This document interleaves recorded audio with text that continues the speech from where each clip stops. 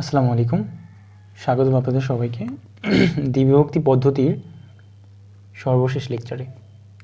আমরা এখন যেই সমস্যাটার সমাধান করব এটা হচ্ছে একটা তুরীয় সমীকরণ। বিকজ অফ আমি আপনাদের বলেছিলাম, যদি কোনো সমীকরণের মধ্যে ত্রিকোণমিতিক ফাংশন উপস্থিত থাকে তাহলে ওই সমীকরণটাকে তুরীয় সমীকরণ বলা হয়। তুরীয় সমীকরণগুলোতে যখন আপনার ত্রিকোণমিতিক ফাংশন থাকবে তখন একটু মনে রাখবেন যে আমার ক্যালকুলেটরের যে ক্যালকুলেটরের মোডটা অবশ্যই রেডিয়ানে থাকতে হবে, নট ডিগ্রি। ক্যালকুলেটরের মোডটা রেডিয়ানে রাখবেন, বাকি সব কিছু সেম। তাহলে চলেন আমরা এই সমীকরণের সমাধান করি। আমাদের প্রথম কাজ যেটা ছিল সেটা হচ্ছে আমাদের সমীকরণটা কি করতে হবে, তুলতে হবে, তাই না? তো আমার সমীকরণটা হচ্ছে কি এক্স মাইনাস কজ এক্স। তাহলে আলফা, এরপরে ক্লোজ ফার্স্ট ব্র্যাকেট, আমি কি পেলাম, এক্স পেয়েছি। এরপরে কি লিখব, মাইনাস কস এক্স। আলফা না, শুধু কসে চাপ দিবেন, এরপরে হচ্ছে কি আপনার আলফা, এরপরে হচ্ছে ক্লোজ সেকেন্ড ব্র্যাকেট। তাহলে কি পেলাম আমরা বলুন তো, এক্স মাইনাস কস এক্স, তাই না? এখন আমরা যে কাজটা করব, শিফট এবং ক্যাল দুইবার চাপ দেবো, তাই না? তো শিফট ক্যাল একটু ওয়েট করবেন, দেখবেন যে আপনার অ্যান্সারটা চলে আসছে। দেখেন 0.739085 অন 33। তো আমার যে অ্যান্সারটা পেয়েছি, আমাদের এ এবং বি ধরার ক্ষেত্রে যে বিষয়টা ফলো করতে হবে, ওই মান থেকে ছোট একটা মান এবং ওই মান থেকে বড় একটা মান। তাহলে আমরা 0.73 থেকে ছোট একটা মান নিলাম, যেটা হচ্ছে 0.5, তাই না? 0.5। আর বি হচ্ছে 1, বিকজ অফ তারা দুজনে হচ্ছে, একটা হচ্ছে এ হচ্ছে আপনার মান থেকে ছোট, আর বি হচ্ছে 0.73 থেকে বড়। এরপরে আমাদের যে কাজটা করতে হবে সেটা হচ্ছে কি আপনার ক্যাল চাপ দেবেন। ক্যাল চাপ দেওয়ার পরে এ সমান সমান যে মানটা পেয়েছিলেন 0.5, তো 0.5 লিখবেন। লিখে আপনি কি করবেন, নিচের সমানটা চাপ দেবেন, এই নিচের সমানটা, ঠিক আছে? দেখেন যেই মানটা পেয়েছেন সেটা হচ্ছে কত, -0.3776। আরও এক্সট্রা কিন্তু আছে, বাট আমরা নিচ্ছি না কেন, কারণ আমাদেরকে বলছে কি বলেন তো, 4 দশমিক স্থান পর্যন্ত নির্ণয় করার জন্য। দ্যাটস ওয়াই হচ্ছে আমরা এখানে 4 দশমিক স্থান পর্যন্ত নিয়েছি, -0.3776। এরপরে আপনি যখন বিটা বসাবেন তখন আবার পুনরায় ক্যাল চাপ দিবেন। এরপরে যে অন ছিল সেই অনটা আপনি ক্যালকুলেটরে তুলবেন। এরপরে আপনি আবার কি করবেন, সমান চাপ দিবেন। দেখেন কত পেয়েছেন, এখন কিন্তু পজিটিভ মান পেয়েছেন 0.4596, ঠিক আছে? তাহলে আমরা এটাকে আসন্ন মান 4 দশমিক স্থান মধ্যে লিখলাম। তো আমরা অবশ্যই এফ অফ বি একটা নেগেটিভ মান পেয়েছি, একটা পজিটিভ মান পেয়েছি। এরপরে আমাদের যে করণীয় সেটা হচ্ছে আমরা সেই কথাটা লিখবো, যেহেতু এফ অফ এ আর হচ্ছে এফ অফ বি শূন্য থেকে ছোট হওয়ার কারণ কি, একটা নেগেটিভ একটা পজিটিভ, এবং এ ও বির মধ্যে এফ অফ এক্স অবিচ্ছিন্ন মানে কি, এটা আমি প্রথম লেকচারে বলেছি, দ্বিতীয় লেকচারে বলেছি। সুতরাং এ ও বি এর মধ্যে কমপক্ষে একটা বাস্তব মূল বিদ্যমান। দ্বিবিভক্তি পদ্ধতি অনুসারে প্রথম আসন্ন মূল x naught equal to a plus b by 2। তো এইটা করার সিস্টেম হচ্ছে কি, আমরা ক্যালকুলেটরটা ইরেজ করে নিচ্ছি। আবার আমরা সমীকরণ তুলব, যে এক্স, এরপরে হচ্ছে আপনার মাইনাস কজ এক্স, এরপরে আমরা আলফা লিখে এই যে এফ, এই যে আপনার ইন্টিগ্রেশন ডিএক্স, এই সাইনটা চাপলে একটা কোলন উঠবে। এরপরে হচ্ছে আমরা লিখব যে আপনার এক্স, এরপরে আমরা লিখব হচ্ছে কি ইকুয়াল লেখার জন্য আলফা দিয়ে ক্যাল চাপতে হবে, ঠিক আছে? আচ্ছা, এরপরে হচ্ছে ফার্স্ট ব্র্যাকেট এ প্লাস বি লিখবেন, এ, এরপরে প্লাস, এরপরে হচ্ছে আলফা দিয়ে এটা চাপলে বি আসবে, ব্র্যাকেটে আটকান, এরপরে লিখবেন ভাগ, তারপরে 2, ঠিক আছে? এরপরে আমাদের যেই করণীয় সেটা হচ্ছে কি আপনার, এরপরে হচ্ছে আপনি যে কাজটা করবেন, নিচে যে ইকুয়ালটা আছে একবার চাপবেন। চাপার পরে আপনি এখন যে কাজটা করবেন, আলফা চেপে এ উঠাবেন, এরপরে আলফা চেপে ক্যাল দিবেন সমান, আমরা এর মান কি পেয়েছিলাম 0.5, তাই না? তো কি লিখবেন, 0.5 লিখে এটা একবার চেপে দিবেন। এরপরে আলফা লিখে আপনি বি উঠাবেন, ইকুয়াল দিয়ে আলফা লিখে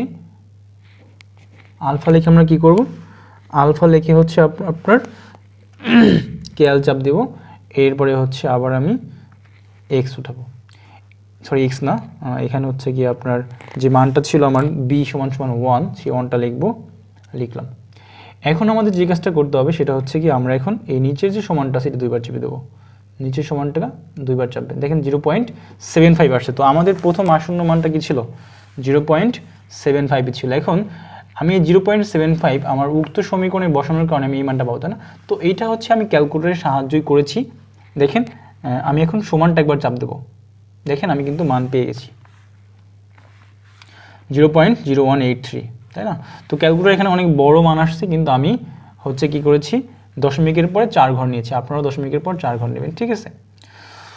সো এরপরে আমরা যে কাজটা করব, আপনি হচ্ছে গিয়া পরবর্তী আসন্ন মান পাওয়ার জন্য এখানে একটা বেশি ফলো করেন, আমরা এখানে পজিটিভ ভ্যালু পেয়েছি, তাই না?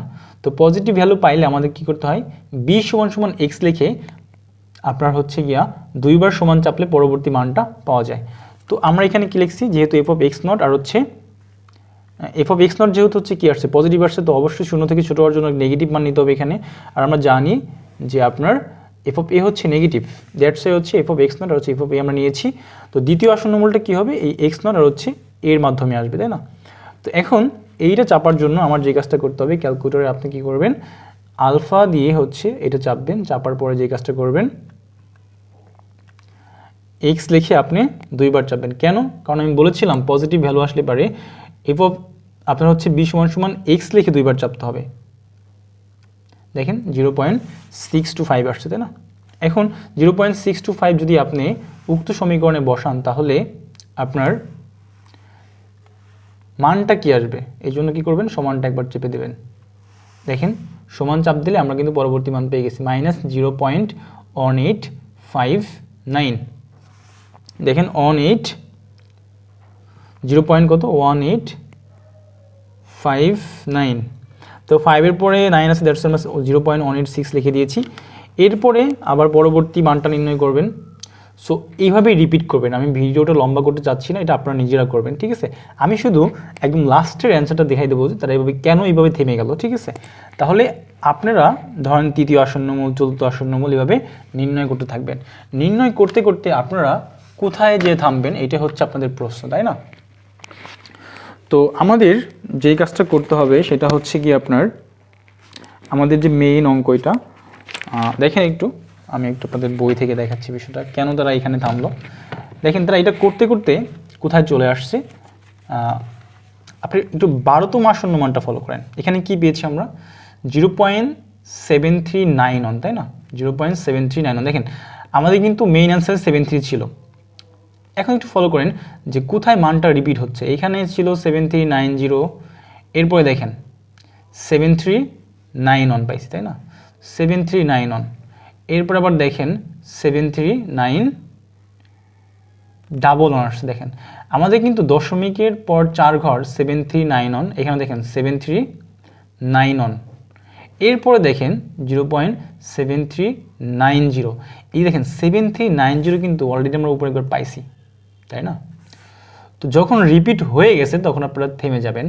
আবার হচ্ছে বিষয়টা কি, এখানে আপনি এখানেও থামতে পারতেন, সমস্যা নাই, বিকজ অফ এখানে দেখেন 0.7391 আসছে, এখানে কিন্তু 0.7391 আসছে। সো আপনি এখানেও থামতে পারতেন, কিন্তু আমরা কি করেছি, আমরা আরও অধিকতর ভালো মান পাওয়ার জন্য আবার যখন করছি 0.7390 আসছে, বিষয়টা রিপিট হয়েছে প্রথম 4 দশমিক স্থান পর্যন্ত, এই একটা সেম মান আছে, এই একটা সেম মান আছে, আমরা কিন্তু দ্যাটস ওয়াই 0.7390-তে থেমে গেছি, ঠিক আছে? সো এইভাবে হচ্ছে আপনার দ্বিবিভক্তি পদ্ধতিতে আপনার তুরীয় সমীকরণ বা আপনার বলেন যে একটা বীজগাণিতিক সমীকরণের সমাধান নির্ণয় করতে হয়। কোথায় যে থামবেন এটা অনেকটা ম্যাটার করে। তো থামার হচ্ছে যদি আপনার সেম মান 2বার যখন রিপিট হয় তখন আপনি থেমে যাবেন, ঠিক আছে? আচ্ছা আমি আরও কিছু কথা আপনাদেরকে বলবো। আচ্ছা আমি যে বই থেকে পড়াচ্ছি আপনাদেরকে, এই বইটা হচ্ছে আপনার হচ্ছে সায়েন্স ভি প্রকাশনীর। তো এই বইয়ের প্রথম দিকে আপনার হচ্ছে গিয়ে দেখবেন যে ক্যালকুলেটরের কতিপয় ব্যবহার, আপনার এই জিনিসগুলো দেখেন, এই লন, তারপরে log E to the power x. তো এই জিনিসগুলো আপনি যখন ক্যালকুলেটরের মাধ্যমে দ্বিবিভক্তি পদ্ধতি বলেন, ফলস পজিশন বলেন, যেগুলোই বলেন না কেন, যখন এগুলো আসবে তখন হচ্ছে কিন্তু আপনার এগুলো ক্যালকুলেটরে তোলার হচ্ছে কিছু নিয়ম আছে। দেখেন আপনি যখন লন এক্স অথবা ln e to the power x তুলবেন তখন লন আলফা, এরপর আপনি হচ্ছে আপনাকে কী করতে হবে, ক্লোজ ব্র্যাকেট চাপতে হবে, ঠিক আছে। এই পদ্ধতিতে হচ্ছে কী করতে হয়, আপনার এই ln x ক্যালকুলেটর তুলতে হয়। বিশেষ আবার এর সিমিলার ওয়েতে log x, tan x, sin 2x, ঠিক আছে। আমি এগুলো জাস্ট দেখাই দিলাম, আপনারা এগুলো মেমোরাইজ করে নেবেন, ঠিক আছে। আই হোপ দ্যাট আপনারা দ্বিবিভক্তি পদ্ধতিতে কীভাবে একটা বীজগাণিতিক সমীকরণ এবং তুরীয় সমীকরণ সমাধান করতে হয় আপনারা বুঝতে পারছেন। এরপরে বোঝার পরে আপনাদের যে দায়িত্বটা হচ্ছে, বইতে আরও অনেকগুলো অঙ্ক আছে, আপনাদের যে কাজটা করতে হবে এই অঙ্কগুলো প্র্যাকটিস করতে হবে। প্র্যাকটিস করলে আপনার ভুল হওয়ার সম্ভাবনা কমে আসবে, ঠিক আছে। আশা করি আপনারা বুঝতে পারছেন। দেখা হবে অন্য কোনো ভিডিওতে। আল্লাহ হাফেজ।